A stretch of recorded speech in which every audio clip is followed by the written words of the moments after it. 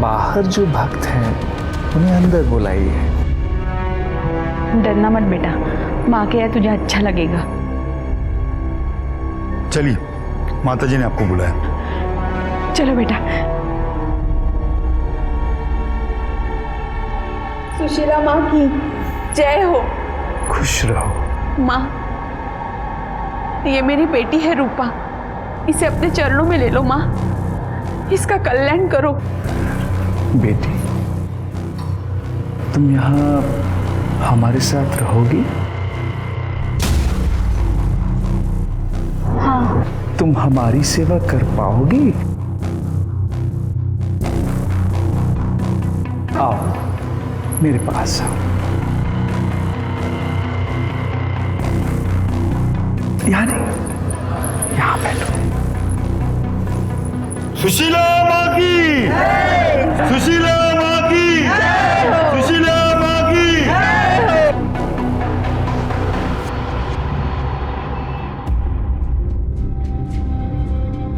अरे आनंद, आज कॉलेज नहीं जाना है क्या? आई, पिछले साल बाबा के बर्थडे पे कितना एंजॉय किया था ना, और आज देखना बेटा, तेरे पापा जहां भी होंगे ना सही सलामत होंगे, और वो एक दिन लौटकर जरूर वापस आएंगे। आई, बाबा को गायब हुए 5 महीने हो गए हैं। मैं तो माँ से बस हर दिन एक ही प्रार्थना करती हूँ कि तेरे पापा जहां भी है सलामत रहे, और पुलिस उनके आने की जल्दी ही खबर दे दे।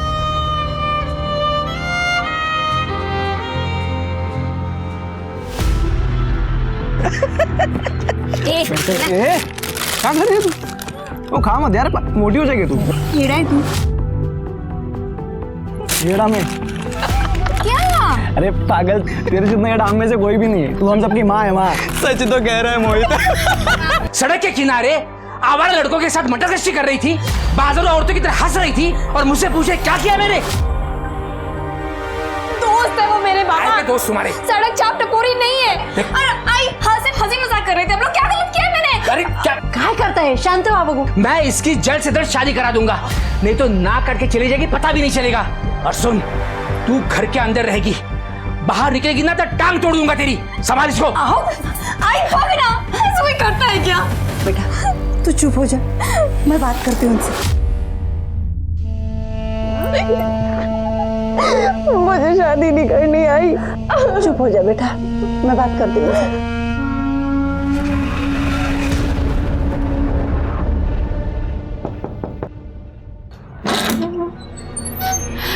अरे माँ, आप आइए ना माँ। सुशीला माँ की, सुशीला माँ की, सुशीला माँ की। खुश रहो। आई,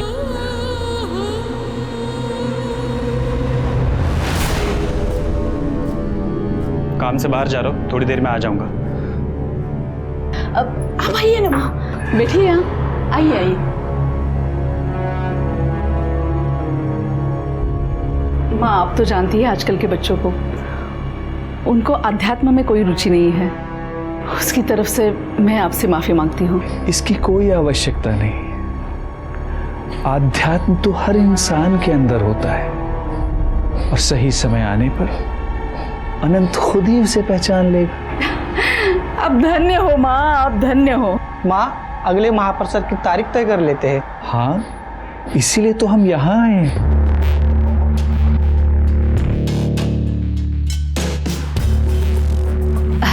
माँ, ये रहा पंचांग।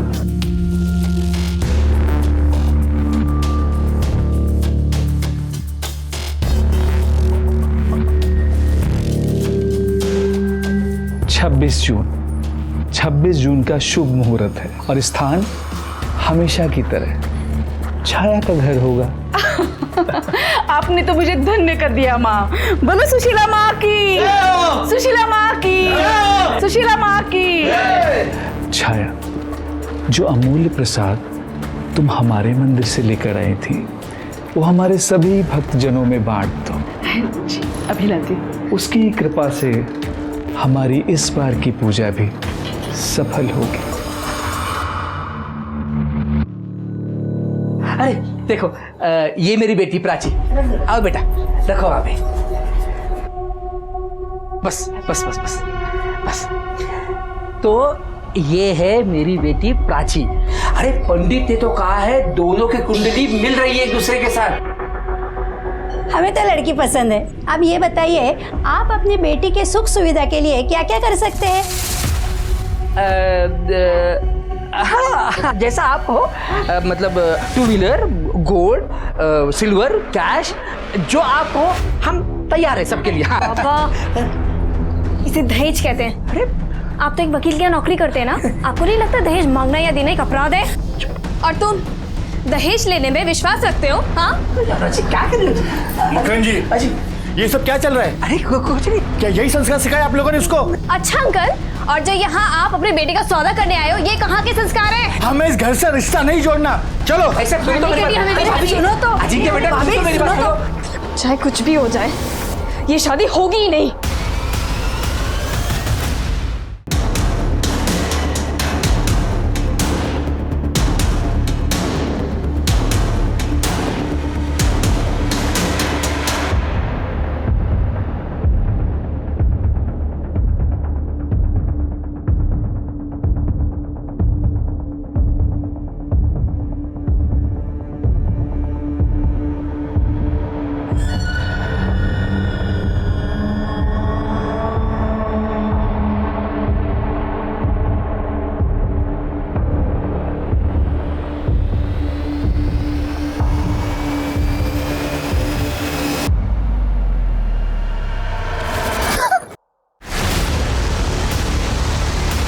खुश रहो।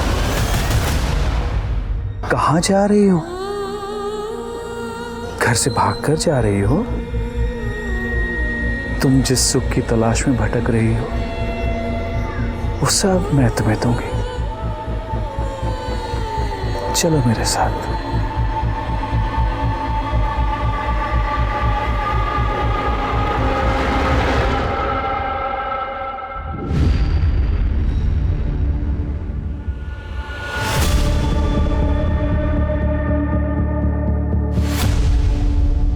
नमस्कार, मैं सोनाली कुलकर्णी क्राइम पेट्रोल 70 के इस नए अध्याय में आपका स्वागत करती हूँ। आज के मॉडर्न जमाने में जहाँ लोगों को सुलझा हुआ और बहुत समझदार होना चाहिए, वहीं लोग अजीबोगरीब प्रथाओं और गतिविधियों में लिप्त नजर आते हैं।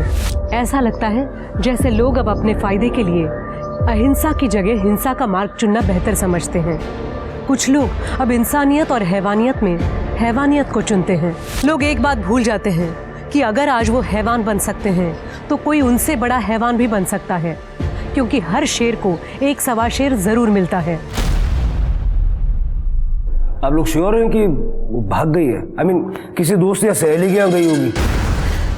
नहीं नहीं सर, मैंने उसके सारे दोस्तों के यहाँ पता किया, लेकिन प्राची कहीं पे नहीं। और सर उसका फोन भी बंद आ रहा है। प्राची अपने सारे कपड़े और सामान भी साथ में लेके गई। और एक बात सर, कल वो मुझे बार बार गले लगा रही थी और एक ही बात बोल रही थी, आई लव यू आई। और तभी मुझे पता चला कि वो घर छोड़ के जाने वाली है। ये मेलोड्रामा, ये नाटक है ना, बंद कर। समझी साहब, वो दरअसल प्राची को देखने के लिए लड़के वाले आए थे। प्राची को शादी नहीं करनी थी, इसीलिए वो घर छोड़कर चली गई है। बस। कोई बॉयफ्रेंड है उसका? नहीं नहीं साहब, ये मोहित वगैरह उसके बहुत अच्छे दोस्त थे, लेकिन ये सब बातें इनको पसंद नहीं थी, इसलिए वो प्राची की जल्दी से शादी करना चाहते थे। काय चुकलं माझं? हाँ, अगर शादी नहीं करा था ना तो हाथ से निकल जाती लड़की वो। हाँ, काय बोलते हैं? मैं उसका बाप हूँ। एक मिनट, ये पुलिस स्टेशन है, तो लड़ाई करना पहले बंद कर। देखिए साहब, मैं मानता हूँ प्राची उन आवारा लड़कों के साथ खुलकर हंसी मजाक करती थी, मुझे बिल्कुल पसंद नहीं आता था। अरे लड़की की जात है, कुछ तो कंट्रोल में होना चाहिए कि नहीं, बताइए। तो कंट्रोल रखने के लिए सॉल्यूशन ये मिला आपको कि शादी करा दो। ठीक है, प्राची की सारी डिटेल्स इनको दे दीजिए। फोटो लाई हो? चलो। इनके मोहल्ले वाले और पड़ोसियों से जरा बात करके देखो, और बस स्टैंड और ऑटो टैक्सी स्टैंड वहाँ भी पूछो। कल ही गई है तो हो सकता है किसी ने देखा हो। Okay sir.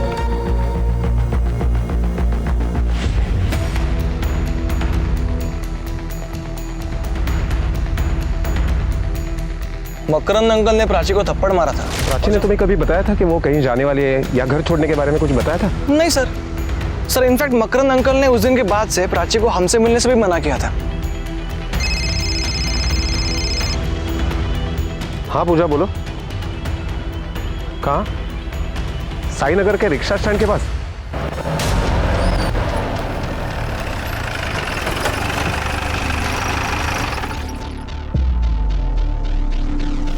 कल रात को प्राची नाम की एक लड़की मिसिंग है। उसका लास्ट लोकेशन यहीं का दिखाई दे रहा था, करीब 2 बजे। कुछ याद है? नहीं, कुछ याद नहीं है साहब।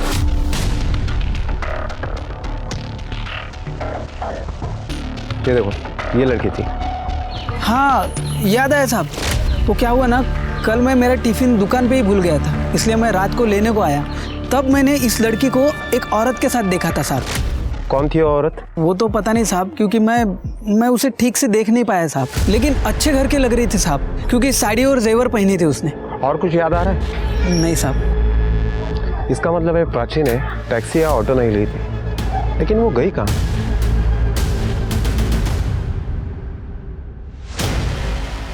आई मैं निकतो। अरे अनंत बेटा, खाना रख लिया ना? हाँ आई। और वो मेडिकल किट? आई 3 दिन हाइकिंग पे जा रहा हूँ, उस हिसाब से सब ले लिया है। हाइकिंग पे ज़्यादा सामान नहीं ले जा सकते ना। हाँ पापा समझी। अच्छा ध्यान रखना अपना। आप भी ख्याल रखना। हाँ हाँ।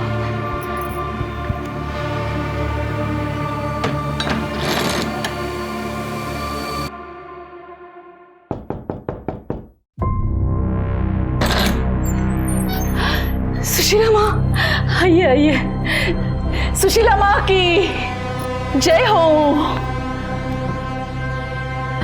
खुश रहो।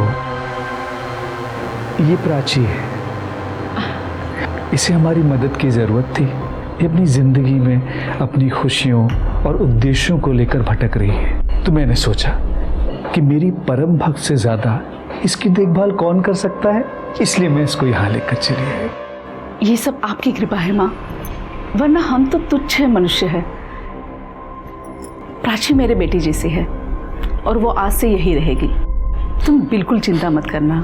हाँ जाओ बेटा, डरो नहीं। जय हो माँ। माँ तुम दोनों की रक्षा करे। खुश रहो, खुश रहो।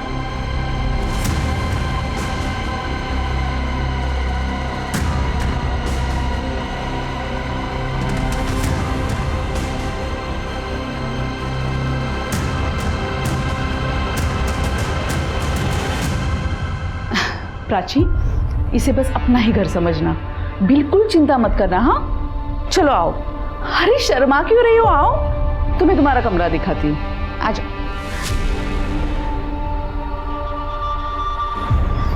आओ, बैठो आराम से।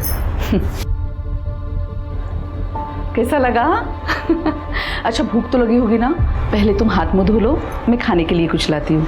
अब बाथरूम वहाँ है। हाँ? दुनिया में अच्छे लोग भी होते हैं, आज यह साबित हो गया।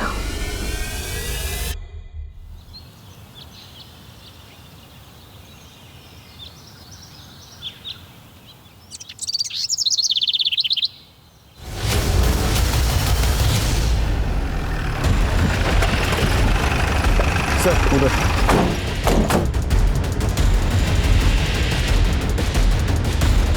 गड्ढा खोदो।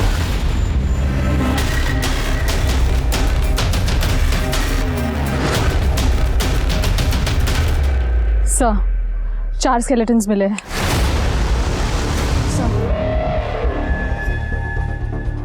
जितना टाइम बीत गया मुझे लगता नहीं कुछ मिलेगा, लेकिन फिर भी सब एक बार अच्छे से चेक करिए, क्या पता हमारा नसीब अच्छा हो। पूजा, ये सारे स्केलेटन्स फॉरेंसिक को पोस्टमार्टम के लिए भेजो। Yes sir. इसका नी रिप्लेसमेंट हुआ है, मुझे लगता है सबकी पहचान करने में आसानी होगी। वाह काकी, ये कुर्ता कितना सुंदर है। आप इन्हें बेचती हैं क्या? हाँ, इन्हें मैं होलसेल मार्केट से खरीदती हूँ, फिर यहाँ के लोकल शॉप में बेचती हूँ। लेकिन अभी मुझे इस काम में किसी की सहायता की ज़रूरत है।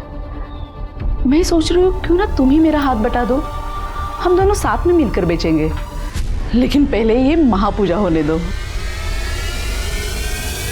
सर उस केस पर हमारे खबरियों को काम पे लगा दिया है। सर, पोस्टमार्टम रिपोर्ट के मुताबिक 3 बॉडी फीमेल्स की है जिनकी उम्र 18 से 25 साल के बीच में है, और 1 बॉडी मेल की है जिसकी उम्र 45 से 50 साल के बीच में है, और सिर्फ तीनों लड़कियों की मौत के बीच में 6-6 महीने का गैप है। पहली मौत हुई थी 1.5 साल पहले, दूसरी मौत हुई थी 1 साल पहले, और तीसरी मौत हुई थी 6 महीने पहले। मौत की वजह? सर, किसी भारी चीज़ से बार बार वार करने की वजह से मौत हुई थी। और वो आदमी? सर, उसकी मौत 5 महीने पहले हुई थी, लेकिन मारने का तरीका सेम था, और उसके यूनिक कोड से हमने पता लगा लिया है कि उसका ऑपरेशन वर्षा ऑर्थोपेडिक क्लिनिक में हुआ था। नाम क्या उसका? प्रमोद मसूरकर, गोकुल सोसाइटी में रहता था। ये प्रमोद मसूरकर वही है ना जिसके मिसिंग कंप्लेंट हमारे पुलिस स्टेशन में कुछ दिनों पहले हुई थी? जी सर, मैंने दोबारा चेक किया, उसकी वाइफ छाया ने कंप्लेंट की थी। ये आदमी उन 3 लड़कियों के साथ उस गड्ढे में पहुंचा कैसे? कनेक्शन क्या है? अरे अनंत, तू तो 3 दिनों बाद आने वाला था, इतनी जल्दी कैसे आया? तबीयत ठीक नहीं लग रही थी इसलिए वापस आ गया। क्या हुआ तेरी तबीयत को? ठीक तो है? छाया मसूरकर? जी हाँ, आइए ना, अंदर आइए। आपके पति प्रमोद मसूरकर के बारे में बात करनी थी। अब कहाँ है मेरे पति, कुछ पता चला क्या? देखिए, मुझे बताते हुए अफसोस हो रहा है कि उनकी मौत हुए काफ़ी दिन हो चुके हैं। क्या? उनकी बॉडी पूरी तरह से डिकम्पोज हो गई थी और हमें बेसिकली उनका कंकाल मिला।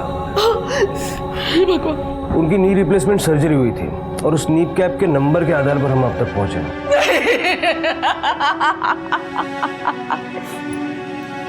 ये नहीं हो सकता अनंत, ये क्या हो गया?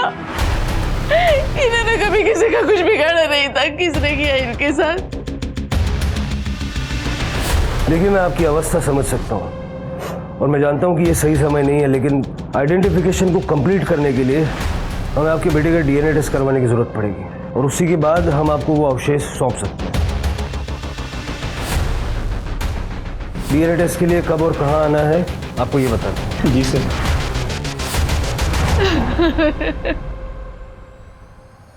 आंटी, आंटी क्या हुआ? रज बेटा, मैंने तुम्हें बताया था ना मेरे पति गुम हो गए। हाँ। अभी अभी पुलिस ने आकर बताया कि उनकी लाश मिल चुकी है। आई, ये कौन है? ये प्राची है बेटा, ये भी बड़ी मुसीबत में थी। सुशीला माँ ने मुझे इसकी देखभाल करने के लिए बुलाया।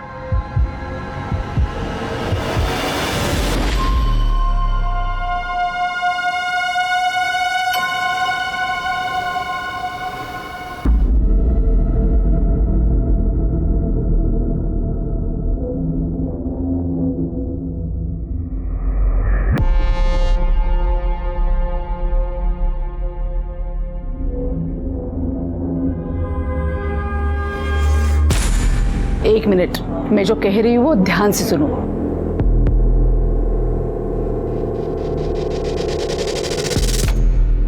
एक क्लू इतना बारीकी से देख लिया, लेकिन अभी तक ये समझ में नहीं आ रहा है कि एक कैब ड्राइवर प्रमोद मसूरकर को कोई क्यों मारेगा। सर ऐसा भी तो हो सकता है ना कि तीसरी लड़की की लाश को जब कातिल गड्ढे में डाल रहा था तब प्रमोद मसूरकर ने कातिल को देख लिया और इसीलिए कातिल ने उसे मार दिया।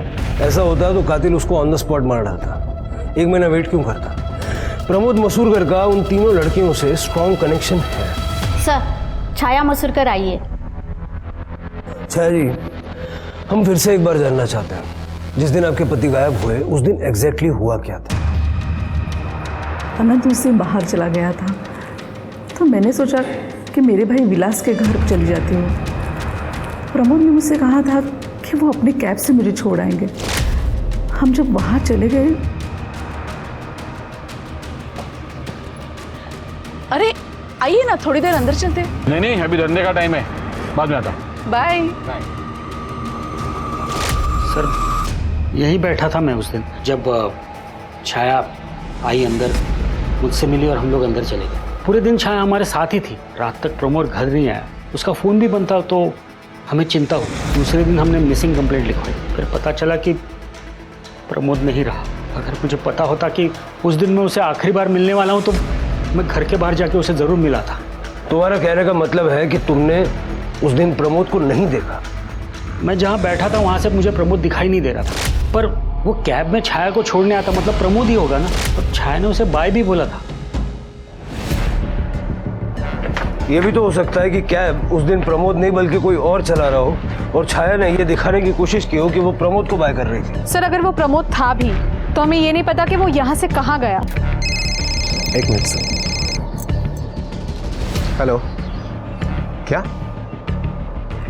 ठीक है सर, आनंद का डीएनए प्रमोद के डीएनए से मैच नहीं हुआ। सर अनंत को हमने गोद लिया है। जब शादी के कई सालों तक हमें कोई औलाद नहीं हुई तब प्रमोद और मैंने एक बच्चा गोद लेने का सोचा। अनंत को हमने एक अनाथ आश्रम से गोद लिया था। जब ये 1 साल का था अनंत को हमने कुछ नहीं बताया, नहीं तो ये टूट जाता।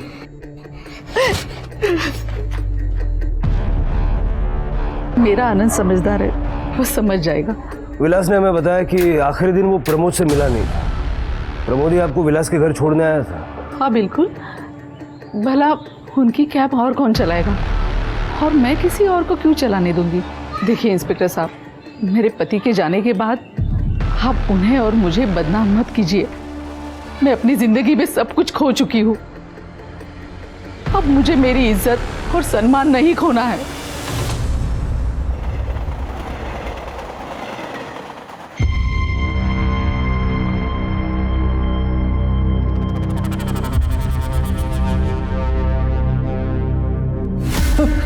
क्या क्या कर रहा है यहाँ पे?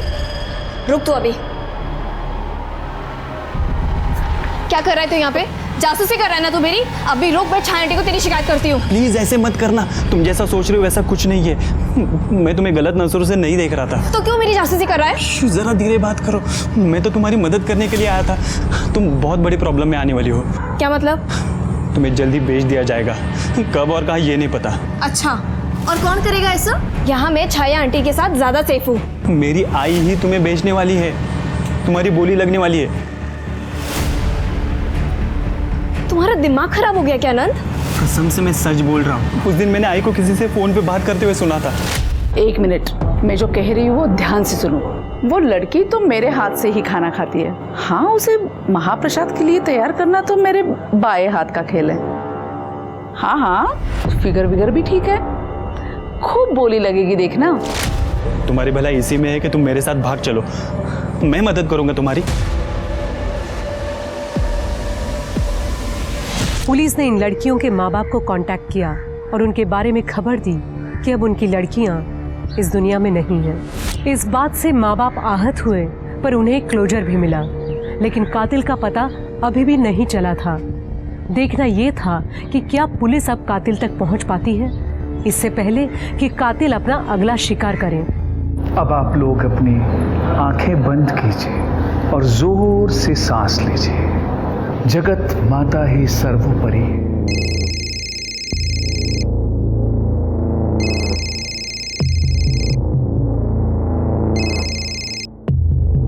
आंखें बंद कीजिए और एक लंबी सांस लीजिए।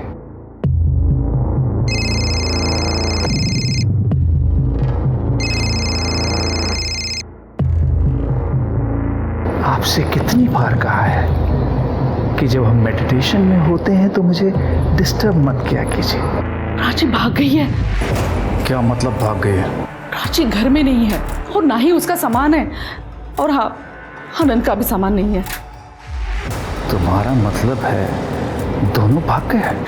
वो सब मुझे नहीं पता, अभी आपको ही कुछ करना पड़ेगा। मुझे आनंद की चिंता हो रही है। जब से उसे पता चला है कि उसे गोद लिया गया है, वो बदल सा गया है, वो पहले जैसे नहीं रहा।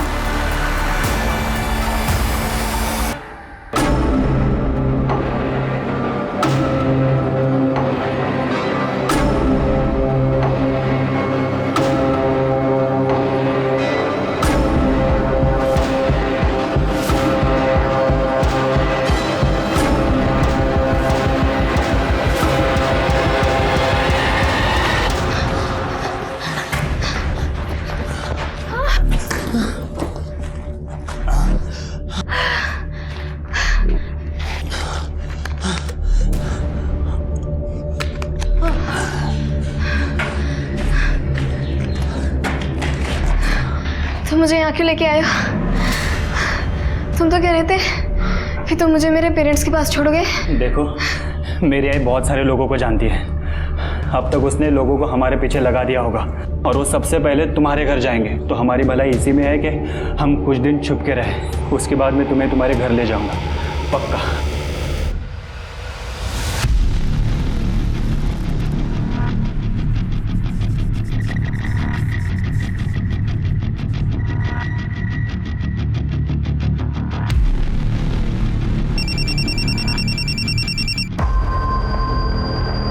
किसका फोन है? नहीं, कुछ नहीं।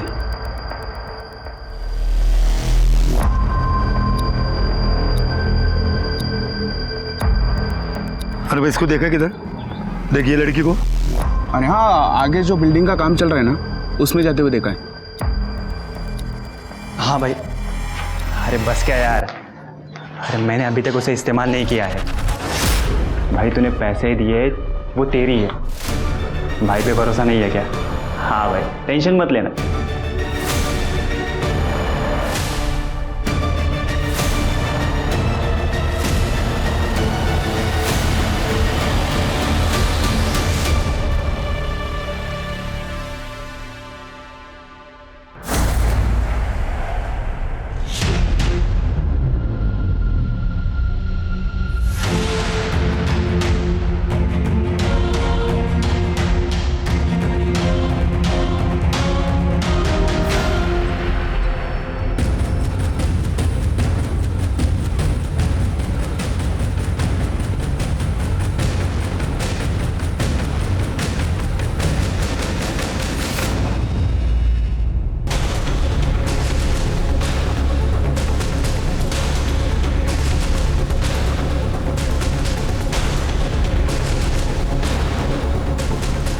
हेलो सर, जिस लड़की की मिसिंग कंप्लेंट थी वो मिल गई है मुझे। सर वो साड़ी वाली लेडी मुझे ढाबे के पास मिली थी। वो मुझे घर में लेके गई। उस औरत ने मुझे रहने की जगह दी, खाना दिया और ये भी कहा था कि वो मुझे आगे जाके काम भी देगी। नाम क्या है उन औरतों का? सुशीला माँ और छाया मसूरकर। छाया आंटी गोकुल सोसाइटी में रहती है। छाया मसूरकर? हाँ। इनका बेटा है ना अनंत? हाँ सर, अनंत। सर उसी ने मुझे बताया था कि छाया आंटी मुझे बेचने वाली है। उसने मुझे घर से भागने में मदद भी की, लेकिन सर वो भी झूठ बोल रहा है। मैंने अभी तक उसे इस्तेमाल नहीं किया है। भाई तूने पैसे दिए, वो तेरी है। भाई पे भरोसा नहीं है क्या? तो इसका मतलब जब हम छाया मसूरकर के घर उनके पति की मौत की खबर देने गए थे, तुम उसी घर में थी? पर सर जब तक मैं बाहर आई आप लोग जा चुके थे। और जब हम उनको ये बताने गए थे कि अनंत का डीएनए प्रमोद से मैच नहीं करता, तब? सर छाया आंटी ने बताया था कि आप लोग आने वाले और मैं बाहर ना आऊँ। अगर मैं बाहर आती तो आप लोग मुझे मेरे पापा के पास सौंप देते। सर छाया के घर पे जाने के पहले हम लोगों ने उसे फ़ोन किया था, शायद वो अलर्ट हो गई हो। ये सुशीला माँ दिखती कैसी है? कोई फोटो वोटो है उसकी? नहीं सर, फोटो नहीं है, लेकिन वो साड़ी पहनती है, बड़ा टीका लगाती है और बहुत सारे जेवर पहनती है। एक मिनट। हेलो, ठीक है सर, हमारे कांस्टेबल ने वो अंडर कंस्ट्रक्शन बिल्डिंग पूरी छान मारी, लेकिन अनंत का कहीं पता नहीं चला। फोन ट्रैक करो उसका, जल्द से जल्द चाहिए वो मुझे। स्मिता जी, अब प्राची का ख्याल रखिए और चल के छाया मसूरकर से बात करते हैं। बहुत हो गई प्यार से बातचीत, अब सच तो निकालना पड़ेगा।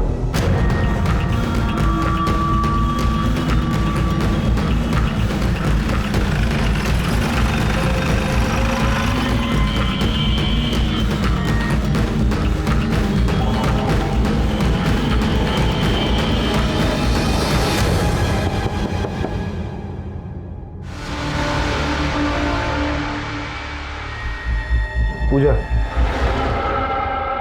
गला दबा के मारा गया है। सारा घर अच्छे से चेक करिए।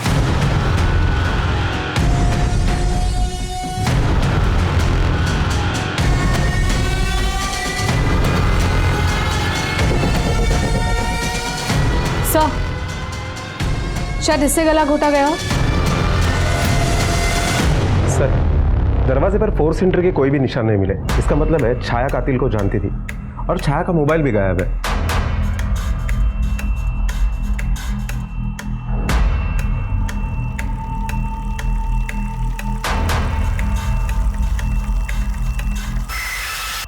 सर ये देखिए, से बुक देख के लगता है कि बुक जादू टोने की है सर। और ये प्रसाद मंदिर के पास बहुत ज़्यादा क्वांटिटी में मिला। और सर ये सीडीज़, सर इन सीडीज़ पे शायद उन 3 लड़कियों के नाम मिले हैं जिनकी स्केलेटन्स हमें उस गड्ढे में मिले थे। सुप्रिया धोत्रे, अनीता कांबळे, रूपा त्यागी।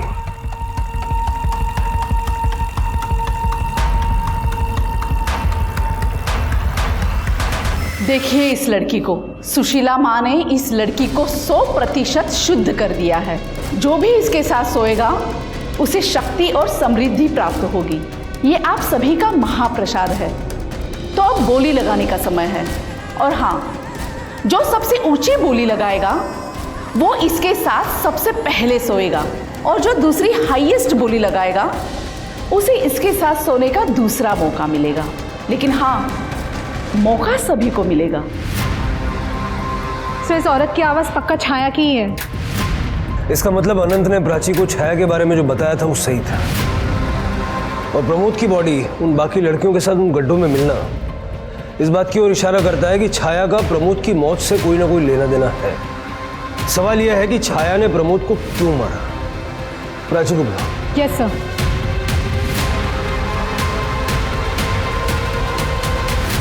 प्राची, क्या अनंत ने घर से भागने से पहले छाया का खून किया था?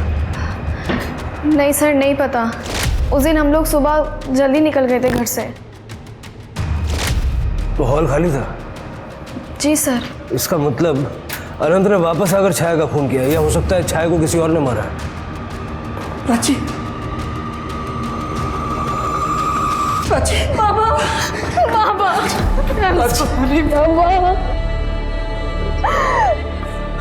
बाबा आई एम सॉरी, मुझे घर जाना है। ठीक है बेटा, अपने घर चलते हैं। थैंक यू इंस्पेक्टर साहब, थैंक यू।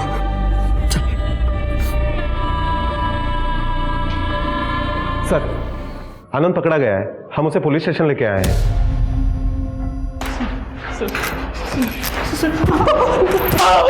सर आपको कोई गलतफहमी हुई है सर। मैं प्राची की डील नहीं कर रहा था। मैंने उस दिन आई को किसी से फोन पे बात करते हुए सुना था। वो लड़की तो मेरे हाथ से ही खाना खाती है। हाँ, उसे महाप्रसाद के लिए तैयार करना तो मेरे बाएं हाथ का खेल है। हाँ हाँ, फिगर विगर भी ठीक है, खूब बोली लगेगी देखना। लेकिन मुझे नहीं पता वो फोन पे किसके साथ बात कर रही थी। मुझे यकीन ही नहीं हुआ कि मेरी सीधी सादी आई ऐसा भी कर सकती है। उस दिन मैंने अपने कानों से सुना, इसलिए मैंने प्राची को बचाने का सोचा सर। ताकि तू प्राची को किसी और को बेच सके। बोल। नहीं सर। किसको बोल रहा था? जब मर्जी आके ले जाना। सर वो मैं अपने दोस्त के सेकंड हैंड कार के बारे में बात कर रहा था। आगे मैंने किसी को बेची थी, ब्रोकरेज के लिए कर रहा था सर। सर कसम से मैं प्राची के बारे में बात नहीं कर रहा था। जब प्राची तेरे हाथ से निकल के भाग गई तो घर जाके अपनी आई का मर्डर कर दिया। सर कसम से मैंने अपने आई को नहीं मारा। मैं तो घर जाना ही नहीं चाहता था। मैंने सोचा मुंबई जाऊंगा, अपनी लाइफ बनाऊंगा। सर हाँ, कल सुबह सुशीला माँ घर आने वाली थी आई को मिलने। वो मुझे कभी पसंद नहीं आई सर, पर आई उनके साथ खुश रहती थी, इसलिए मैंने कभी उन्हें मना नहीं किया। सुशीला माँ नंबर है उसका? नहीं सर। जब तक इसकी कहानी वेरीफाई नहीं हो जाती ये यहीं रहेगा। इस सुशीला माँ को ढूंढना पड़ेगा। चलो तब तक प्राची से बात करते हैं। साहब, मेरी बेटी प्राची फिर से गायब हो गई है। फिर से? जी। कैसे, क्या हुआ, क्या था? साहब, प्राची के घर आने के बाद मैं शिरडी चली गई थी साईं बाबा का दर्शन करने, और आज सुबह जब मैं आई घर पे तो प्राची घर पे नहीं थी। हाँ साहब, रात तक सब कुछ ठीक ठाक था साहब। प्राची इसके आने का इंतजार भी कर रही थी। सुबह उठकर मैंने देखा तो प्राची घर पर नहीं थी। उसका फोन भी यहीं पे पड़ा हुआ था। ऐसे कैसे फोन छोड़ के चली गई? कहाँ गई होगी?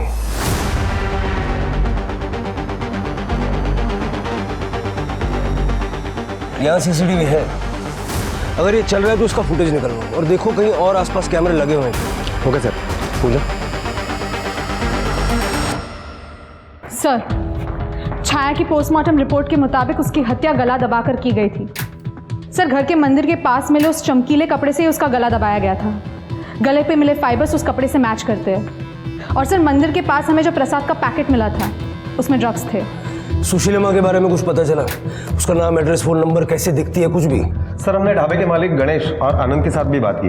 उन दोनों ने जो थोड़ा बहुत डिस्क्रिप्शन दिया था वो एक दूसरे से मैच नहीं होता है, कुछ भी पता नहीं चला सर। तो पता करो, अगर वो गायब हो सकती है तो कातिल भी हो सकती है। सर एक लड़की की लाश मिली उसी गड्ढे में जहाँ पे और भी बॉडीज मिली थी। वहाँ चोरी की ड्यूटी थी ना? काय करतात काय तुमची माणसं? एक काम दिलं होतं ते सुद्धा होत नाही। चला। मुझे थोड़ी आग लग गई थी सर, इसलिए ध्यान नहीं दे पाया। कल आके अपना लेटर ले जाना, अरे जाके आराम से सोना। Sorry sir. प्राची के प्राइवेट पार्ट्स के आसपास काफ़ी चोट आई है, काफ़ी टॉर्चर किया गया है उसे, रेप के भी चांसेस है। सीमेन सैंपल से क्लियर हो जाएगा। बॉडी को पोस्टमार्टम के लिए भेजो और अनंत का सीमेन सैंपल से मैच करने दो। Yes sir.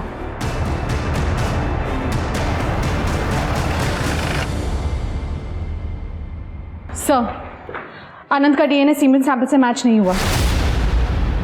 इसका मतलब अनंत ने रेप नहीं किया, लेकिन इससे यह साबित नहीं होता कि अनंत ने प्राची को किसी और को नहीं बेचा।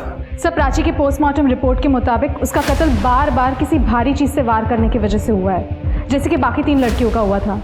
सर प्राची की बॉडी से 5 लोगों के सीमेन सैंपल्स मिले। सर बहुत ही कम समय में 5 लोगों ने उसके साथ गैंगरेप किया था।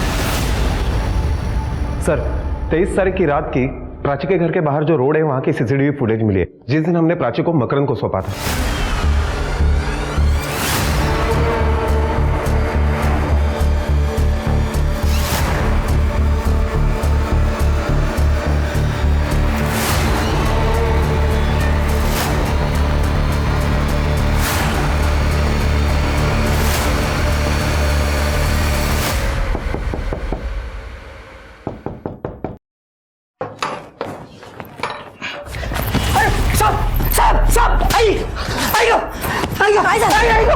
सब क्यों मार रहे हैं मुझे? कौन थी वो औरत? कौन थी वो औरत जिसके हवाले तूने प्राची को किया? बोलने तो हड्डी पसली एक कर दूंगा। साहब आप इन पे क्यों हाथ उठा रहे हो? जब ये बताएगा ना इसने क्या किया है, आपका भी हाथ उठेगा इसके ऊपर। बता दो साहब, बता दो साहब। साहब उस दिन एक औरत हमारे घर पर आई साहब, उसने कहा प्राची अब शुद्ध नहीं रही, वो कई लोगों के साथ सो चुकी है। अगर ये बात समाज में पता चलती तो क्या होता हमारा? साहब वो औरत प्राची के बदले में मैंने पैसे ले लिए साहब। प्राची के दूध में मैंने बेहोशी की दवा डाल दी और जब प्राची बेहोश हो गई तब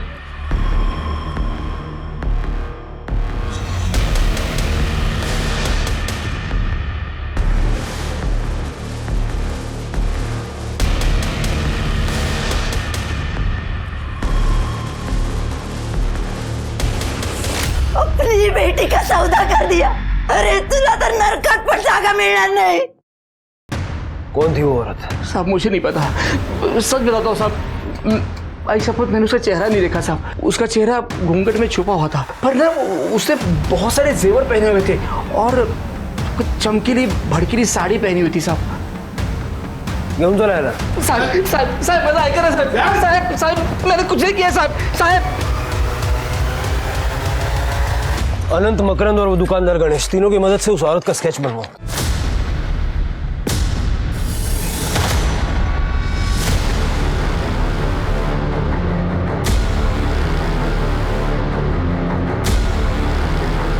यही है वो औरत, यही है सर, यही है सुशीला माँ।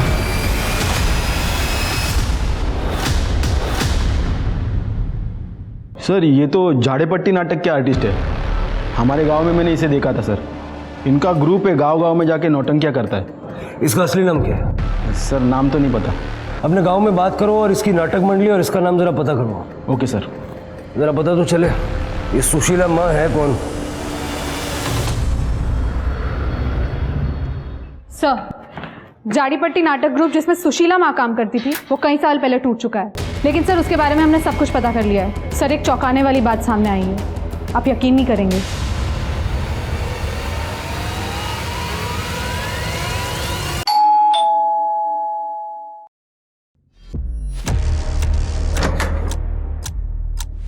जी सुहास मात्र। हाँ मैं हूँ। अरे सर क्या बात क्या है सर? उस बैग में क्या है? बैग में सर जो होता है वही है। खोलो जरा बैग, खोलो देखें बैग में क्या होता है।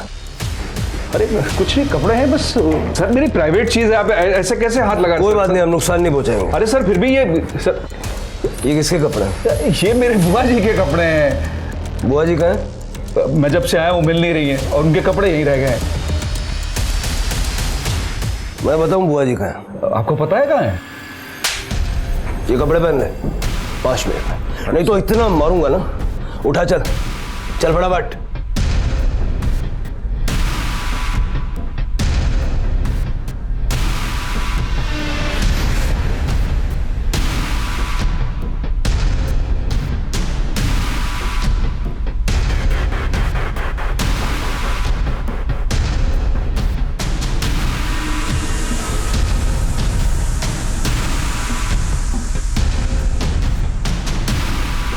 खुश रहो।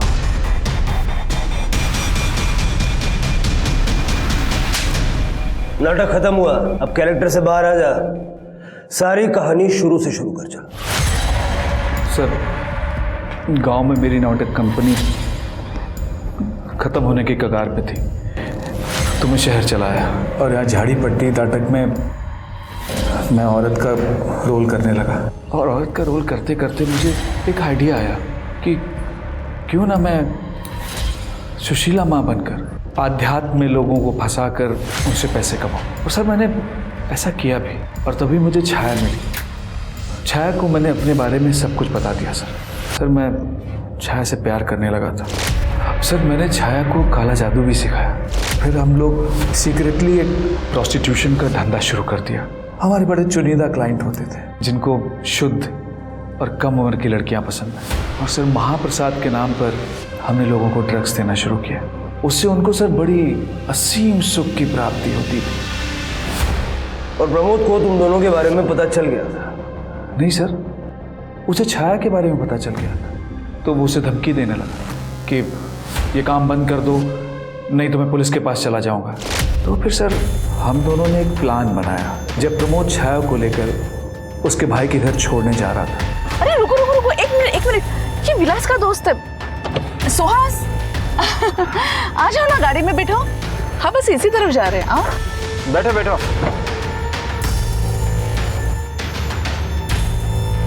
बस यहीं रोक दीजिए। यहाँ कहाँ उतरोगे? और इसके बाद तुमने छाया को घर छोड़ा और विलास को लगा कि तुम प्रमोद हो।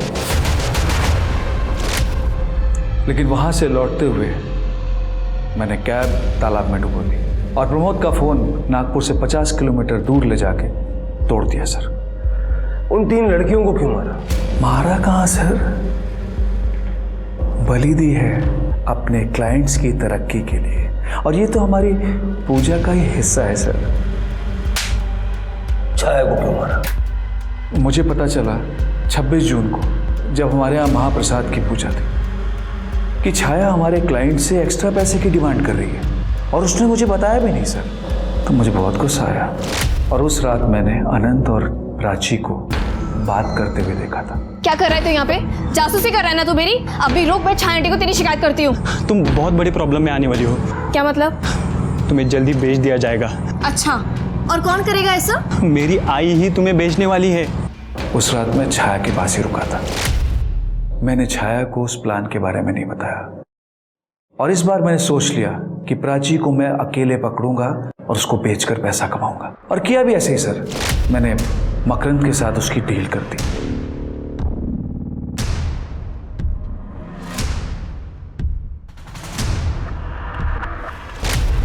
काय सांगायचं काय या विक्षिप्त माणसाला? चार्जशीट बनवा इसकी।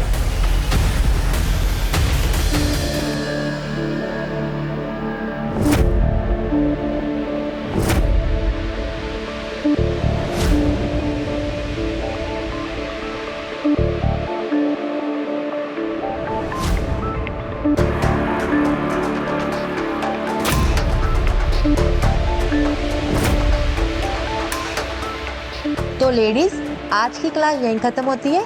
कल फिर मिलते हैं। मैं बहुत थक गई आज। तेरा तो 8वां महीना चल रहा है फिर भी इतना काम कर लेती है। मेरा 7वां महीना चल रहा है, मैं बिस्तर से पैर भी नहीं निकाल पाती हूँ। तुम भी तो निकाल ही लेती हो ना तुम्हारे बच्चे के लिए। तो बस फिर मेरा काम भी मेरा बच्चा ही है। चले। मुझसे तो ये एक नहीं झेला जा रहा, आप दो दो कैसे झेल लेती हो? सच कह रही हूँ, पहले मैं योगा अपने फिगर को मेंटेन करने के लिए करती थी, पर अब इसको मेंटेन करने के लिए। मनप्रीत तू बिल्कुल सही कह रही है, और एक बार बच्चा हो गया ना तो फिर तो पति भी ध्यान नहीं देता है। सीरियसली दीदी? हाँ। क्या दीदी आप लोग भी? चलो चलो, मैं तो कह रही हूँ शादी के बाद तो सारे पति ऐसे ही हो जाते हैं। चलो बाय सही बात। दीदी, मैं जा रही हूँ। बाय। आ गई तू? हाँ।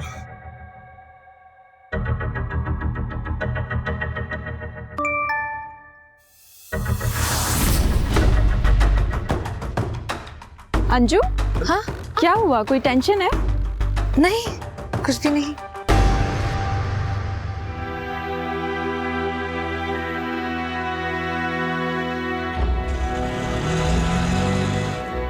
दीदी आप ना घर चलो, मुझे कोई जरूरी काम है कॉलेज में, बस वही निपटा के आ रही हूँ। पर अभी तो तू कॉलेज से आई है। हाँ वहीं से ही आ रही हूँ, लेकिन मेरा ना कुछ सामान श्रद्धा के पास रह गया, बस वही लेने जाना, इम्पोर्टेंट है। Bye bye bye. अरे जल्दी आना, तुझे पता है ना मेरे ससुराल वालों को देर से आना पसंद नहीं है। कहाँ जा रही है पता नहीं।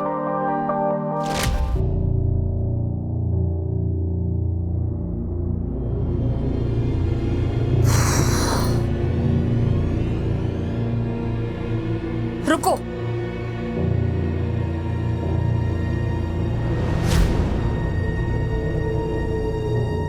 ये क्या है?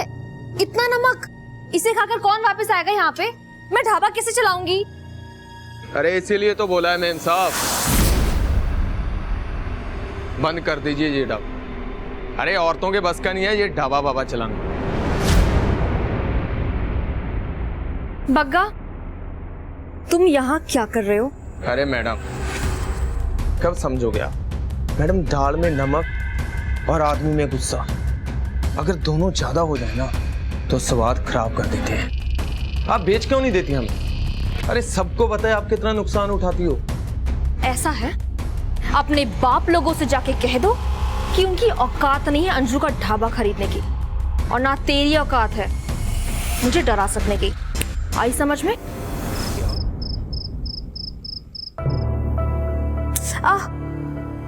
धीरे। ये मर्दों को सुधारने का आंदोलन तुम थोड़ी देर बाद नहीं कर सकती? और ये ढाबा कुछ दिनों के लिए बंद कर दो। अरे अपनी हालत तो देखो, और वैसे भी तुम दोनों की शादी होने वाली है 2 सप्ताह में। वो चाहते ही यही है कि मैं अपना ढाबा बंद कर दूं, पर मैं झुकूंगी नहीं। अरे माँ एक मिनट। अंजू मुझे पता है तुम बहुत ब्रेव हो, पर अपना ख्याल रखा करो ना। पता नहीं क्या जादू कर दिया मेरे बेटे पर। अरे इसको कुछ दिखाई सुनाई नहीं देता।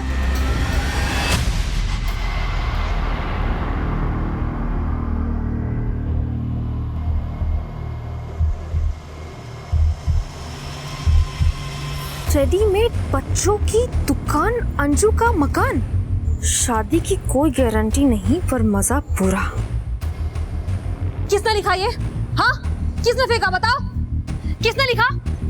आओ सामने, दिखाओ अपनी शक्ल। आओ ना। छोड़ो, जाने दो ना। तुम क्यों बेकार में अपना खून जला रही हो? जाने दो। अरे भगवान से डरो तुम लोग। जिस दिन सामने आ गए ना, छोड़ूंगी नहीं मैं, बता रही हूँ मैं। छोड़ो, कोई नहीं। आओ ना सामने। अंजू अंदर छोड़ूंगी नहीं मैं तुमको। चलो।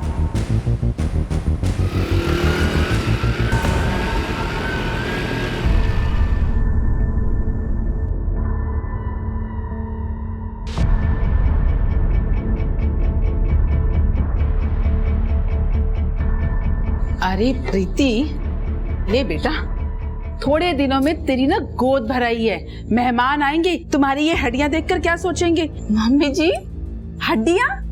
मेरा 10 किलो वजन बढ़ गया है 2 महीने में। चुप कर, ऐसे नहीं बोलते। कौन था वो?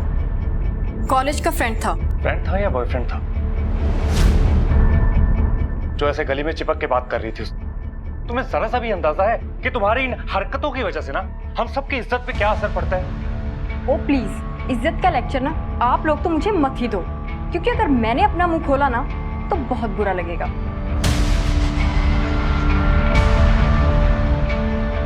देखा, एक दिन ना तुम्हारी बहन ना हम सबके चेहरे पे काली पुतवाई। अभी बहू पर चिल्लाओ मत, बच्चे पर बुरा असर पड़ता है। और वैसे भी एक पहले जो हुआ उसके बाद तुझे इसका और अच्छे से ख्याल रखना चाहिए।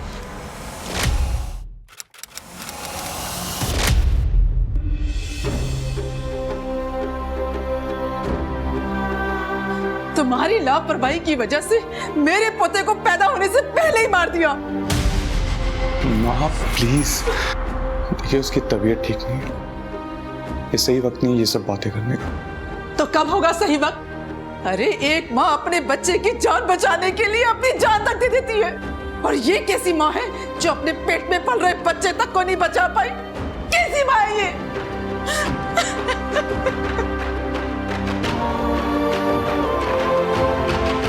अरे यार प्रीति, तुम बीते हुए कल को लेके उदास होती रहोगी या आने वाले कल के लिए खुश भी होगी? कैसे खुश हो जाऊं यार मैं? मेरा बच्चा मेरी वजह से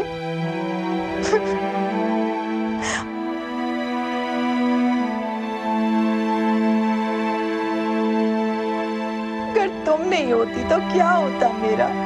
मैं यही हूँ और आने वाले 40-50 साल के लिए भी यही हूँ। झेलने के लिए तैयार है ना मुझे?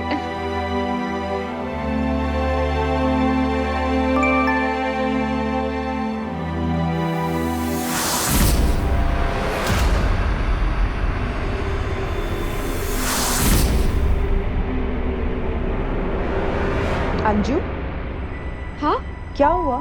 जब भी मैसेज आता है तुम सैड हो जाती हो, कोई प्रॉब्लम है? ऐसा कुछ भी नहीं है। चुपचाप से मुझे बता दो क्या प्रॉब्लम है तुम्हें। आज तो तुम्हें बताना ही पड़ेगा। क्या है ना यार प्रीति, पैसों का बहुत टेंशन है। ढाबे के खर्चे बहुत बढ़ गए हैं और मेरी सासू माँ, उनको शादी धूमधाम से करवानी है। कैसे होगा सब? कहाँ से लाऊंगी मैं इतने पैसे? और मैंने तुम्हें इसलिए नहीं बोला क्योंकि तुम्हारी अपनी बहुत परेशानी है और मैं और नहीं देना चाहती। तुम कैसी बात कर रही हो? मेरी टेंशन लेने के लिए मेरा पति है ना, और तुम्हारी टेंशन लेने के लिए मैं हूँ। जल्दी से बताओ कितने पैसे चाहिए तुम्हें? बस, तुम्हें क्या लगता है कि पैसे पेट पे उगते हैं जो तुम पर और तुम्हारी फालतू की सहेलियों पर खर्च करूं मैं? मैंने तुमसे कभी कुछ मांगा है पहले? उल्टा मैंने तुम्हारे लिए इतना कुछ झेला है। झेलना होता क्या पता भी है तुमको? प्रेग्नेंट तुम नहीं हो पा रही थी, अपनी बहन को यहाँ मेरे सर पे चढ़ा के रखा हुआ है, और इन सब के बावजूद तुम चाहते हो कि मैं तुम्हारा एहसान मानूं? हाँ, एक फूटी कोड़ी नहीं दूंगा तुम्हें। ये बात ना अपने दिमाग में बिठा लो।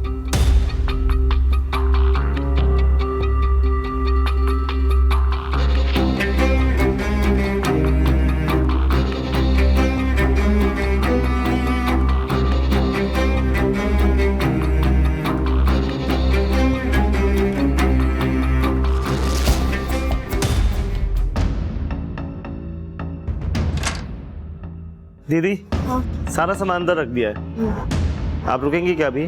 नहीं, मैं भी बस निकल ही रही हूँ। वो वीरो को फोन करी थी, पता नहीं कहाँ उठा नहीं रहा। आप चलो। ठीक है दीदी। कहाँ हो यार? मैं निकल रही हूँ, मैं हाईवे की तरफ जा रही हूँ, मुझे वहीं मिलो।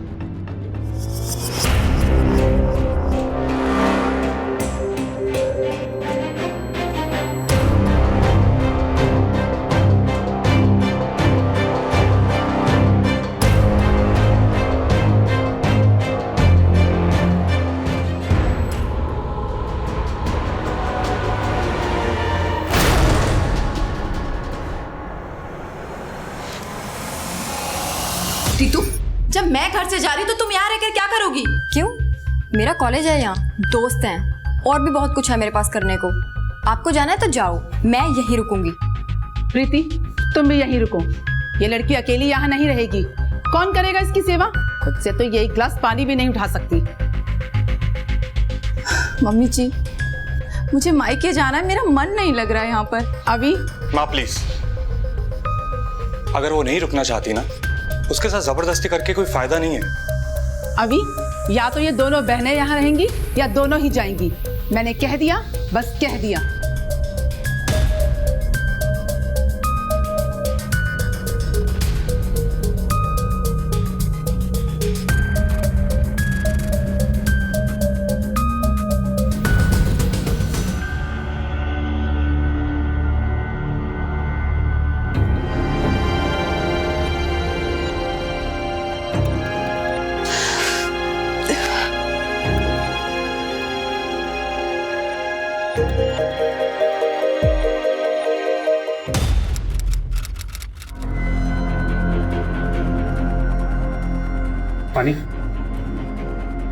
बताइए क्या कंप्लेंट लिखवानी है आप? सर मेरी फ्रेंड अंजू कल से मिसिंग है, उसका फ़ोन भी बंद आ रहा है सर, और वो घर पर भी नहीं है सर। तो आपको ऐसा क्यों लगता है क्यों मिसिंग है? हो सकता है कहीं चली गई। सर उसने ऐसा कभी नहीं किया, वो बिना बताए कभी कहीं नहीं गई। प्लीज़ उसे ढूंढ लीजिए, वो ज़रूर किसी परेशानी में है सर, प्लीज़। अरे यार क्या फर्क पड़ता है, बॉस नया हो या पुराना, होते तो खड़ूस ही है ना। कम से कम पुराने वाले की आदत तो थी, नए वाले की वापस से आदत डालनी पड़ेगी। ओ बाय द वे शर्मा कह रहा था बहुत डिमांडिंग है ये। वो तो मैं हूँ, अगर नहीं होगा तो ऑफिस आवर्स में ऐसे ही गॉसिप चलती रहेंगी। So I'm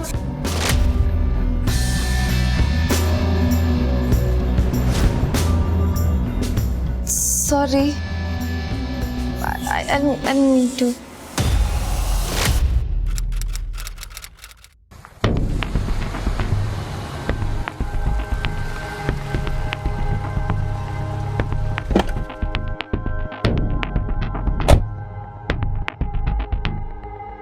सर दरवाजा तोड़ दीजिए, मैं आपको परमिशन दे रही हूँ, आपको खुद पता चल जाएगा वो रात को घर आई थी या नहीं। आप इतनी परेशान क्यों? अंजू का परिवार नहीं है, उन्हें उसकी परवाह नहीं है। सर उसकी कोई फैमिली नहीं है सिवाय उसके मंगेतर वीरू के, और मुझे नहीं पता वो कहाँ है और अंजू को क्यों नहीं ढूंढ रहा है। देखिए वो जो कुछ भी है, हम ऐसे ताला नहीं तोड़ सकते। सर क्या हुआ यहाँ पे आप लोग? सर यही है अंजू का मंगेतर वीरू। आपकी मंगेतर कहाँ है? हम उसे ढूंढते हुए यहाँ आए। मुझे खुद नहीं पता सर, मैं तो खुद उसे ढूंढता हुआ यहाँ पे पहुँचा हूँ। आपके पास घर की चाबी है? नहीं सर। तो फिर हमें ताला तोड़ना पड़ेगा। परमजीत ताला तोड़वाओ। सर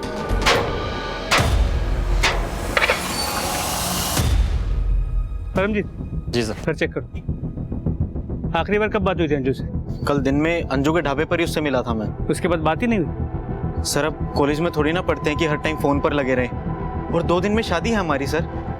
उसकी शॉपिंग के लिए हम शाम को मिलने वाले थे। मैंने जब फ़ोन ट्राई किया तो उसका फ़ोन नहीं मिला सर, बंद था। तो मुझे लगा शायद वो चार्ज करना भूल गई इसलिए बंद है, और मैं भी थका हुआ था सर, इसलिए मैं सीधा घर जाकर सो गया।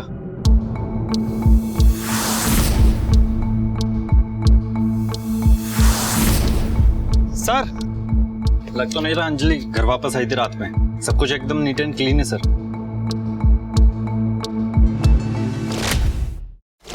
सिंह 2 दिन में इस लड़की की शादी होने वाली थी, कुछ दिन में मां भी बनने वाली थी, ढाबा चला रही थी सो अलग।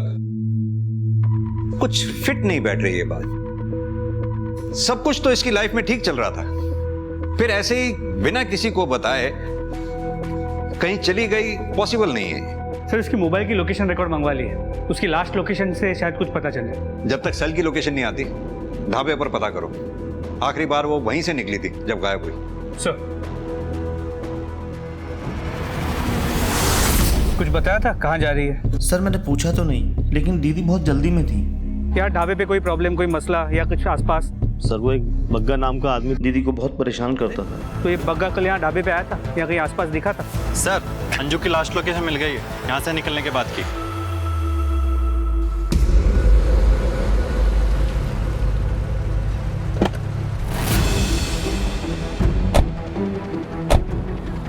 आसपास चेक करो, इस तरफ देखो। सर ये फोन मिला है।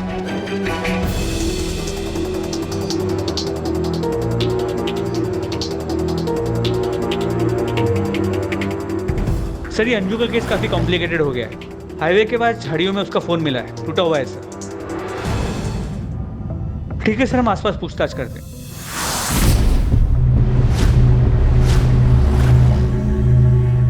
साहब मैंने तो कुछ देखा नहीं, धंधे का टाइम है, आप यूसुफ से पूछ लेना, वो बाहर रिक्शा चलाता है। साहब 6 बज रहा होगा, वो मैडम के पीछे से ही सफेद रंग की गाड़ी आई।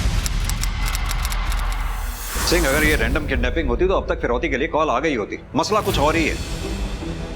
उस ऑटो वाले यूसुफ ने जिस तरह का डिस्क्रिप्शन दिया था, उस गाड़ी के बारे में कुछ पता चला? Any CCTV footage? सर वो एरिया काफी आउटर में, वहाँ कोई सीसीटीवी कैमरा नहीं मिला। सबसे करीब का सीसीटीवी कैमरा 3 किलोमीटर दूर हाईवे पे। सर अंजू का मंगेतर वीरू आ गया है। सर अंजू के पति की डेथ हो चुकी है सर, एक एक्सीडेंट में 8 महीने पहले, और बच्चा भी अंजू के पहले पति से ही है। फिर भी अंजू से शादी करने जा रहे थे? सर प्यार दिमाग से नहीं दिल से किया जाता है। जब मैं पहली बार अंजू से मिला उसके ढाबे पर, और मैंने अपने दिल की बात उससे कही तो सर उसने सबसे पहले अपने पति के बारे में ही मुझे बताया था, और उस दिन से ही अंजू का बच्चा मेरा बच्चा हो गया सर। फिर वो बच्चा नहीं चाहता था, और उसकी माँ तो अंजू को कभी पसंद भी नहीं करती थी। अंजू बहुत प्रेशर में थी, एक तरफ उन दोनों का प्रेशर और दूसरी तरफ वो गुंडे जो उसके ढाबे के पीछे पड़े हुए थे। कौन गुंडे? वो बग्गा? सर नाम तो नहीं बताया उसने कभी मुझे, लेकिन उसके ढाबे की वजह से आसपास के सारे ढाबे वालों का नुकसान हो रहा था। सर अंजू एक औरत है और आसपास के सारे ढाबे वाले उसके साथ जबरदस्ती करके उसका ढाबा बंद कराना चाह रहे थे, और शायद उसे धमकियां भी आ रही थी। अंजू ने आपको तो उन धमकी भरे मैसेजेस के बारे में जरूर बताया होगा। किसके आते थे? एक दो बार पूछा था मैंने उससे सर, लेकिन कभी ज्यादा जोर नहीं डाला। अंजू क्या हुआ, कोई टेंशन है? नहीं, कुछ भी नहीं। मुझे लगा वो टाइम आने पर मुझे खुद बता देगी, लेकिन मुझे क्या पता था कि वो टाइम कभी आएगा ही नहीं। प्रीति जी, कहीं आप हमें कहानी तो नहीं सुना रही हैं कोई? आपको अंजू के बारे में सब बातें पता है, उसके घर के बारे में, पति के बारे में, उसको धमकी भरे मैसेजेस आते थे वो भी आपको पता है, लेकिन सब आधी अधूरी। कि हमें धुआं भी दिखाई दे और आग के बारे में पता भी ना चले। सर ऐसा कुछ नहीं है, मुझे बस उसकी चिंता हो रही है।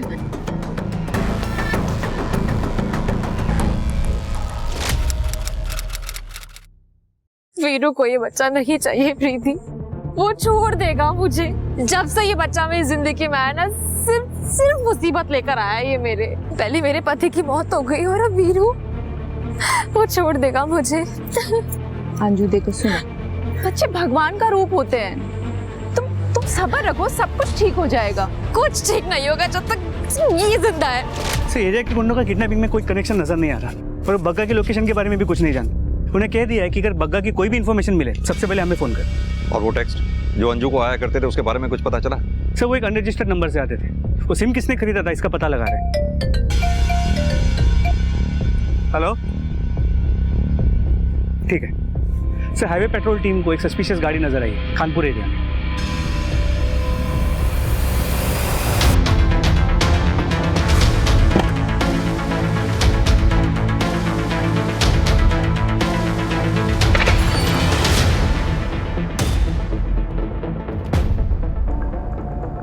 ले चलो इन्हें बाहर। चल चल चल, चलो बाहर। क्या लगा रखा है पे? क्या लगा रखा है पे? क्या चल रहा है पे? हाँ, गाड़ी किसकी है? गाड़ी किसकी है? लड़की का है? लड़की का है? लड़की का है? पता नहीं साहब, सबके सब नशे में। गाड़ी की इंफॉर्मेशन निकालो। सर वो कार पड़ोस में रहने वाले एक आदमी की है, पिछले 1 महीने से गैराज में थी। आज वो कार ले आया और प्लॉट में खड़ी कर दी, क्योंकि उसके पास कार खड़ी करने के लिए जगह नहीं है। और वो नशेड़ी लोग? सर वो तो किसी काम के नहीं, उस प्लॉट को अड्डा बना रखा, पूरा दिन वहां पे नशा करते। सर बग्गा का पता चल गया। देख भाई बग्गा, बकवास सुनने का जरा भी टाइम नहीं है मेरे पास। मैंने कुछ नहीं किया, इस केस से मेरा कोई लेना देना नहीं है। सीधी तरह से ये बता कि कल हाईवे पर क्या कर रहा था ढाबे के पास? साहब मैं तो हमेशा हाईवे के आसपास ही रहता हूँ वसूली करने के लिए, और उस अंजू के गायब होने से मेरा कोई लेना देना नहीं है। बोला था ना मैंने, नो बकवास। अगर तूने कुछ नहीं किया था तो फिर अपना फोन बंद करके कहाँ गायब था? दारू पी के सो गया था साहब, और फोन चार्ज नहीं था, इसलिए बंद हो गया होगा। अंजू को धमकी बड़े मैसेजेस देता था। कहाँ है अंजू? क्या किया है उसके साथ? जिंदा भी है या मार दिया?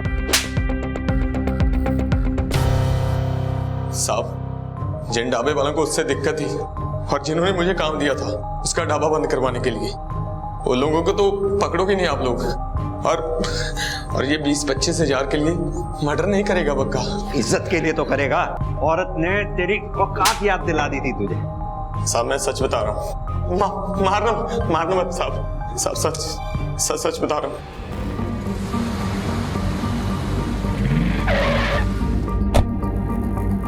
अरे साहब देखिए, यहाँ मर्डर हो गया। कौन, आप ही ने किया था? हाँ जी साहब। हाँ जी देखो ये क्या है? सर कोई बच्चा है। बॉडी को पोस्टमार्टम के लिए भेजो और वीरो को बुलाओ आइडेंटिफिकेशन के लिए। अभी अंजू का मेरे सिवाय कोई नहीं है, वो वीरू भी नहीं। मैं नहीं करूंगी तो कौन करेगा उसके लिए? देखो कोई करे या ना करे, वो हमारी प्रॉब्लम नहीं है, और तुम्हारी इस भाग दौड़ की वजह से ना मैं तुम्हें और अपने बच्चे की जान को खतरे में नहीं डाल सकता। पिछली बार की तरह ना तुम्हें अपने बच्चे की जान नहीं लेने दूंगा। अरे देख अभी, कितनी सुंदर सुंदर लड़कियां हैं, बता कौन सी पसंद है तुझे इसमें? अरे देख ना। और इसके लिए तो बता रहे थे बहुत अच्छे पैसे देंगे। ये क्या हो रहा है अभी? अभी क्या बताएगा, मैं बताती हूँ। दूसरी शादी कर रही हूँ इसकी। तुम तो मुझे पोता दोगी नहीं, तुम क्या चाहती हो, मैं बिना पोते का मुंह देखे ही मर जाऊं? अभी दूसरी शादी? सच में? तुम मेरे साथ ऐसा कैसे कर सकते हो अभी? तुम जानते हो कि मुझ में कोई प्रॉब्लम नहीं है। अभी प्लीज मेरे साथ ऐसा मत करो, मैं फिर से प्रेग्नेंट हो जाऊंगी। तुम जानते हो कि कितना स्ट्रेस है मेरे ऊपर। अभी देखो ना मेरी तरफ प्लीज।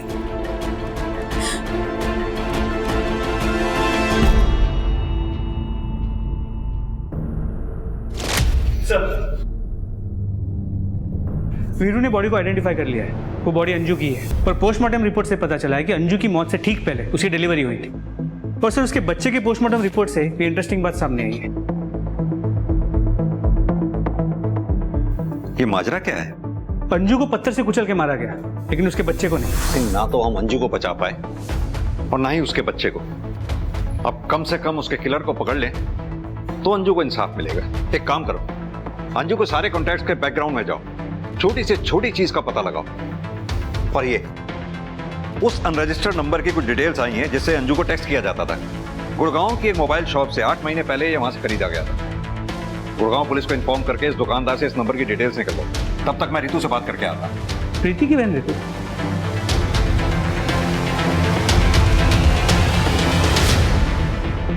एक साधारण सी मिसिंग कंप्लेन अंजू की लाश मिलने के साथ ही मर्डर केस में तब्दील हो चुकी थी। और ये सिर्फ मर्डर नहीं था, बल्कि क्रूरता की हद थी। अंजू की जिंदगी में कई चीजें ऐसी थी जो उसकी हत्या का कारण बन सकती थी, मगर उसके अजन्मे बच्चे की हत्या ने पुलिस को भी चौंका कर रख दिया था। आखिर कोई क्यों ऐसे बच्चे को मारना चाहेगा जो अभी पैदा भी नहीं हुआ था? क्या ये इस केस में विभत्सता की हद थी या सिर्फ शुरुआत? तो अंजू के ढाबे के पेपर अंगूठा लगवा रहे थे इस पे।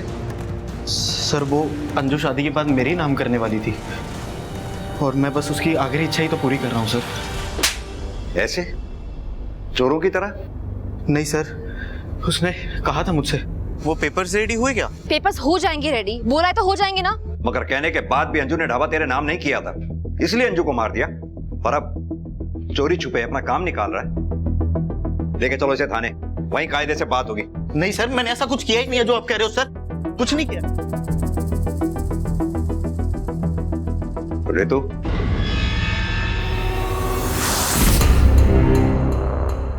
मैंने अंजू को टेक्स्ट किया था, लेकिन उसने कोई रिप्लाई ही नहीं दिया। क्यों टेक्स्ट किया था?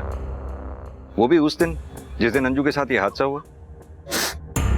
सर, एक्चुअली मैं प्रीति से अलग अपने रेंट पे रहने का सोच रही थी, ताकि मेरी वजह से उसे और उसके ससुराल वालों को भी कोई प्रॉब्लम ना हो।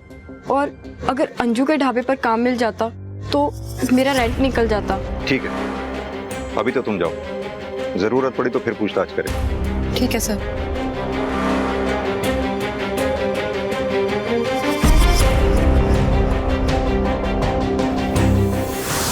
पुलिस वालों की तरह तू मुझे भी बेवकूफ बना रही है।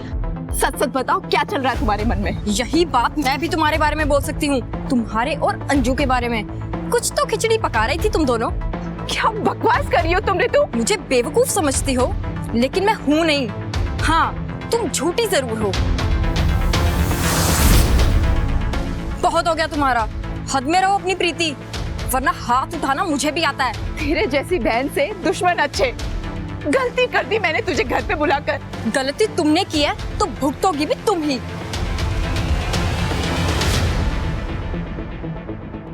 सर सर सर, ये सही है कि मुझसे गलती हुई है सर ढाबे को लेकर, लेकिन मैं सच में अंजू से शादी करना चाहता था सर। और हमारी शादी से ही तो परेशानी थी सर सब लोगों को। किन लोगों को? किसने लिखा था वो नोट? सर पक्का तो नहीं कह सकता, लेकिन हाँ 4-5 लोग थे अंजू के मोहल्ले में जिन्होंने 2 महीने पहले तमाशा किया था। उनमें से कोई भी हो सकता है सर।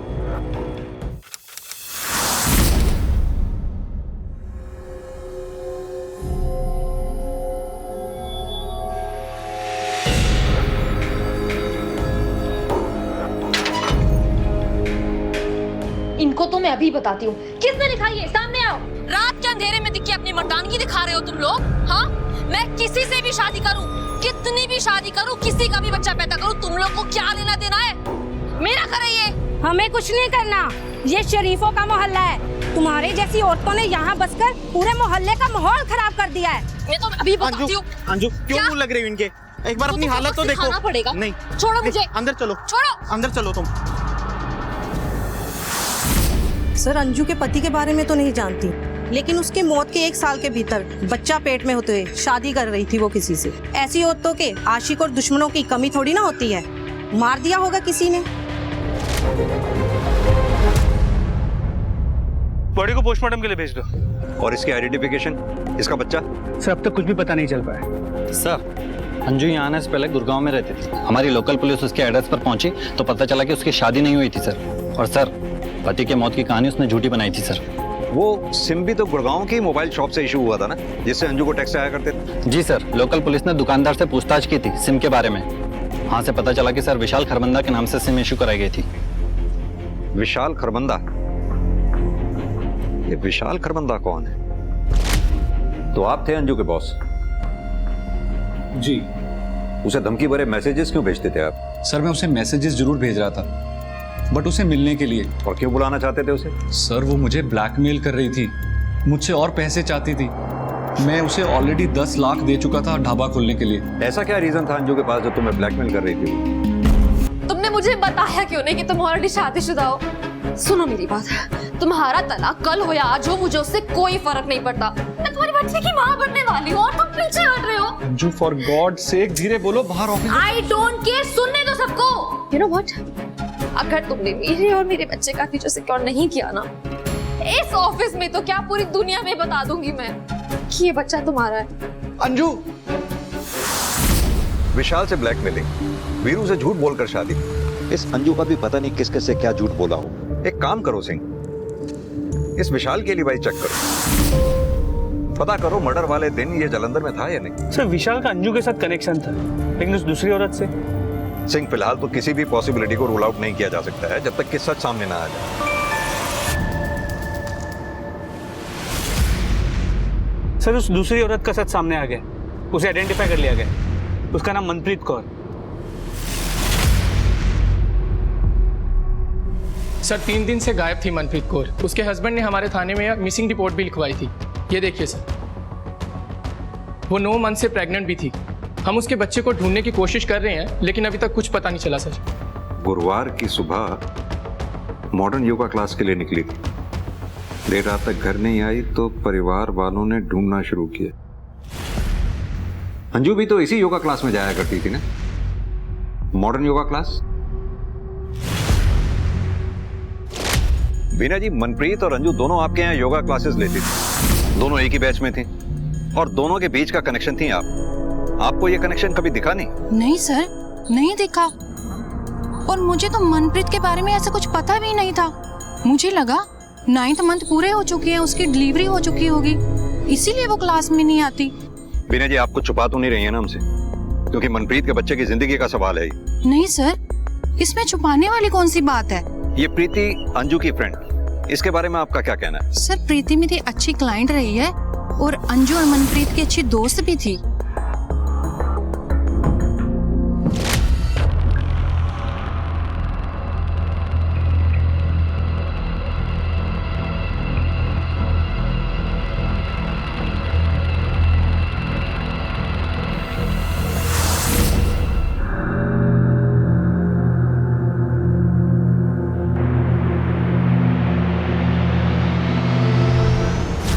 सुबह योगा क्लास के लिए गई थी, उसके बाद ना कोई खबर है ना कोई फोन मिल रहा है, पता नहीं कहाँ पे गई है सर वो। योगा क्लास? जी सर, मैंने सुबह फोन किया था उनको, उन्होंने कहा कि वो वहां नहीं आई। सर आप प्लीज उसे ढूंढिए सर, प्लीज सर, मेरे बच्चों को कुछ नहीं होना चाहिए सर। मेरे बीवी बच्चों को बचा लीजिए सर। चिंता मत करो, हम कोशिश करें। सब प्रीति को जाते हुए तो देखा था, पर वो ना थोड़ा जल्दी में थी। सर ये खूब लड़ते झगड़ते थे, इनके घर में से आवाजें आती थी। कुछ दिन पहले की बात है, प्रीति और ऋतु को मैंने आपस में लड़ते हुए देखा। सर कहना तो नहीं चाहिए, पर मुझे लगता है कि ऋतु और अभी के बीच में कुछ ना कुछ जरूर चल रहा है। सर ये बकवास किसने कर दिया आपको? ऐसा लग नहीं रहा तुम्हारी बॉडी लैंग्वेज देख कर कि ये सब बकवास है। अभी तुम्हारे बीवी और बच्चे की जान खतरे में है। अब तुम डिसाइड करो, तुम्हें टाइम पास करना है या सब कुछ सच सच बताना है। जी सर, ऋतु और मेरा अफेयर चल रहा था, लेकिन सर इन सब के बावजूद ना मैं प्रीति से बहुत प्यार करता हूँ। ये अजीब प्यार है तुम्हारा अपनी बीवी के लिए कि उसी की बहन के साथ तुम अफेयर भी कर रहे हो। प्रीति ये सब जानती थी, इनफैक्ट उसी ने ये सब करने के लिए कहा था। मेरी खुद की बहन ने मेरा इस्तेमाल किया, मुझे अपने पति के साथ सोने के लिए बोला ताकि मैं उसे और अभी को एक बच्चा दे सकूं, और अभी उसे छोड़कर किसी और दूसरी औरत के साथ शादी ना कर ले।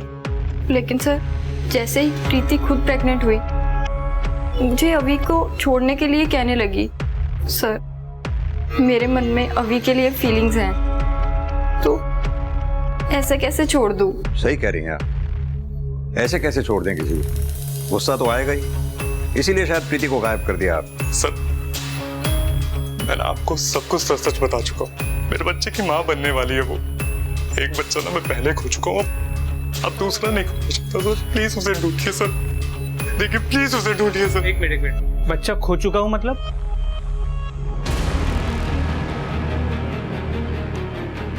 प्रीति पहले भी प्रेग्नेंट थी,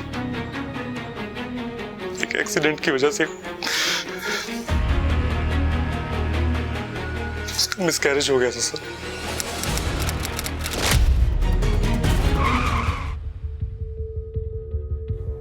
अब मेरी किस्मत में नहीं है कि अपने बच्चे का मुंह देख पाऊं।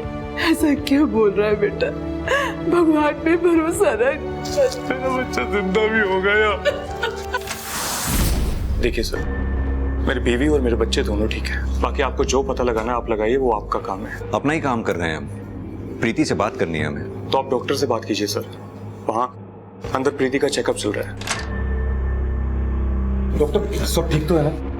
हाँ बस थोड़ा क्वेश्चन लेने की जरूरत है। माँ और बच्चा दोनों को डिहाइड्रेशन हुआ है। हम प्रीति से बात कर सकते हैं?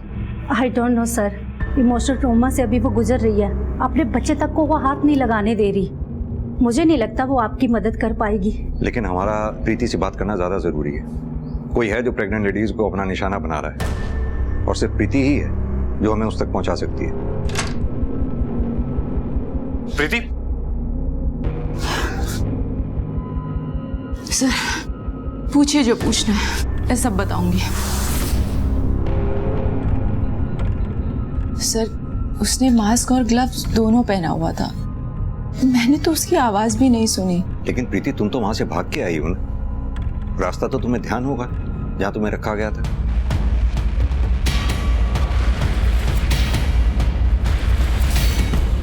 परमजीत, फोरेंसिक टीम को बुलाओ। तीनों विक्टिम्स के सर्कमस्टेंसेस अलग, तीनों के प्रॉब्लम्स अलग। एक्सेप्ट कि वो तीनों ही प्रेग्नेंट थी।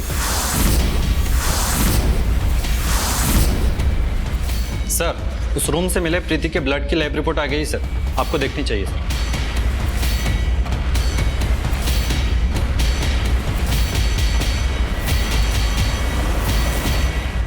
सर प्रीति से मिलना पड़ेगा। मैंने कुछ नहीं किया सर। बहुत सुन लिया हमने। ये इसमें तुम्हारी ब्लड रिपोर्ट है जो हमें तुम्हारे डिलीवरी वाले रूम से मिली। साफ साफ लिखा है इसमें तुम्हारे ब्लड में प्लेसेंटा है ही नहीं, जो एक प्रेग्नेंट लेडी के ब्लड में होना जरूरी है। मतलब ये कि आपकी बहू कभी प्रेग्नेंट थी ही नहीं। इसकी प्रेगनेंसी से लेकर डिलीवरी तक आपसे झूठ बोला इसने, इसीलिए तुमने डॉक्टर को अपने बच्चे को छूने तक नहीं दिया था। अपने बच्चे तक को वो हाथ नहीं लगाने दे रही। डॉक्टर इस बच्चे को देख लेती है, छू लेती तो उसे पता चल जाता कि ये बच्चा 6 से 7 दिन पहले हुआ था, और किडनैपिंग का नाटक तो तुमने 2 दिन पहले किया था। यानी कि ये बच्चा तुम्हारा है ही नहीं। नहीं, ये बच्चा मेरा है। ठीक है, तो हम इस बच्चे का डीएनए टेस्ट करवा लेते हैं, उसके बाद साफ हो जाएगा, और इस बच्चे को तुम एक पल भी अपने पास नहीं रख पाओगे। नहीं, नहीं, मैं नहीं दूंगी ये बच्चा। अगर मैंने ये बच्चा खो दिया तो ये लोग मेरा जीना हराम कर देंगे। मैंने सिर्फ और सिर्फ अपनी शादी बचाने के लिए ये सब किया। पहले बच्चे को खोने के बाद इन लोगों ने मेरा जीना मुश्किल कर दिया था। या तो ये दोनों बहनें यहाँ रहेंगी या दोनों ही जाएंगी। और अभी तो दूसरी शादी करना चाहते थे। जीतू को मैं अपनी शादी बचाने के लिए लेकर आई थी, लेकिन ये तो मेरी शादी खराब करने में तुली हुई थी। सच सच बताओ, क्या चल रहा है तुम्हारे मन में? यही बात मैं भी तुम्हारे बारे में बोल सकती हूँ, तुम्हारे और अंजू के बारे में। मुझे कुछ समझ नहीं आ रहा था कि मैं क्या करूँ, इसीलिए मैंने प्रेगनेंसी का नाटक किया। मतलब किसी और का बच्चा तू मेरे गले बांधने वाली थी और इतने टाइम से हम सबको बेवकूफ। अबे ज्यादा मर्दानी की दिखाने की जरूरत नहीं, वहीं खड़े हो जाओ। आप मेरे बेटे को बोल रहे हैं जबकि सारा प्रपंच इस औरत का रचा हुआ है। प्रपंच इसका नहीं, इस प्रपंच में आप और आपका बेटा दोनों बराबर के हिस्सेदार हैं। अगर आप लोगों ने प्रीति के ऊपर बच्चा पैदा करने के लिए प्रेशर नहीं डाला होता तो आज ये सब होता ही नहीं। पता नहीं आप जैसे लोग कब एक औरत को बच्चा पैदा करने की मशीन की बजाय एक इंसान समझेंगे। प्रीति, क्या अपनी फेक प्रेगनेंसी को साबित करने के लिए ही तुमने अंजू को मारा? नहीं, मैंने अंजू को नहीं मारा, उल्टा वो तो मेरी मदद करना चाहती थी सर। वीरू को तो ये बच्चा वैसे भी नहीं चाहिए प्रीति, तो डिलीवरी होते ही मैं ये बच्चा तुम्हें दे दूंगी। मैं भी मायके जाने की सोच रही हूँ, पर रितु है कि जाने को तैयार ही नहीं है। अब तुम बताओ, अगर मैं मायके नहीं गई तो ये बच्चा कहाँ बदलेंगे हम लोग? कहीं रितु को कुछ शक तो नहीं हो गया है? और डाउट की तो कोई वजह ही नहीं है, बस अब सब कुछ ठीक हो जाए जल्दी से। अंजू के गायब हो जाने के बाद मेरी मुसीबतें बढ़ गई थी। मैं क्यों मारूंगी उसे सर? हो सकता है अंजू की ममता जाग गई हो, तुमने अंजू के साथ जबरदस्ती की होगी। अंजू का बच्चा मरा हुआ पैदा हुआ जो तुम्हारे किसी काम का नहीं था, इसीलिए तुमने अगला शिकार मनप्रीत को बनाया। ये बच्चा मनप्रीत का ही है ना? हाँ, ये मनप्रीत का बच्चा है, लेकिन मैंने मनप्रीत को नहीं मारा है। तो फिर मनप्रीत का बच्चा तुम्हारे पास आया कैसे? वो मैं आपको नहीं बता सकती, मैंने किसी से वादा किया हुआ है। देखो प्रीति, अगर तुम हमें सच नहीं बताओगी तो जेल जाओगी और ये बच्चा भी तुम्हारे पास नहीं रह पाएगा। अगर तुम हमारी मदद अंजू और मनप्रीत के कातिल को पकड़वाने में करोगी तो हम तुम्हारी मदद कर पाएंगे।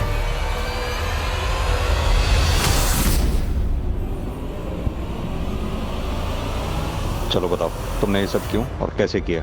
स्पीड से कार चलाने की वजह से मुझसे प्रीति का एक्सीडेंट हो गया और मेरी वजह से उसका बच्चा भी छीन लिया। और इसलिए तूने अंजू को उठाया।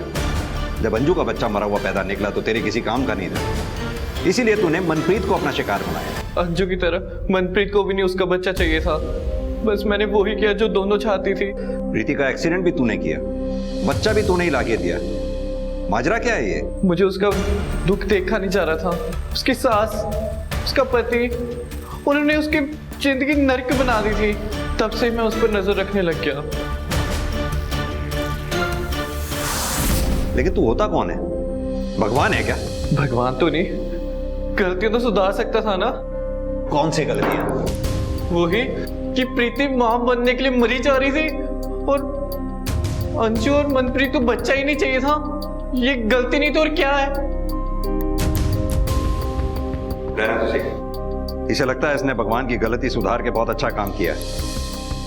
सच तो इसे पता ही नहीं है। कैसा सच? सच्चाई ये है कि अंजू अपना बच्चा प्रीति को देने वाली थी, वो भी सबसे छुप कर, ताकि प्रीति को टॉर्चर ना सहना पड़े। लेकिन तूने उन दोनों के बीच में आकर सारा खेल खराब कर दिया। अंजू और मनप्रीत तो अपनी जान से गई, प्रीति की जिंदगी और बर्बाद कर दी थी।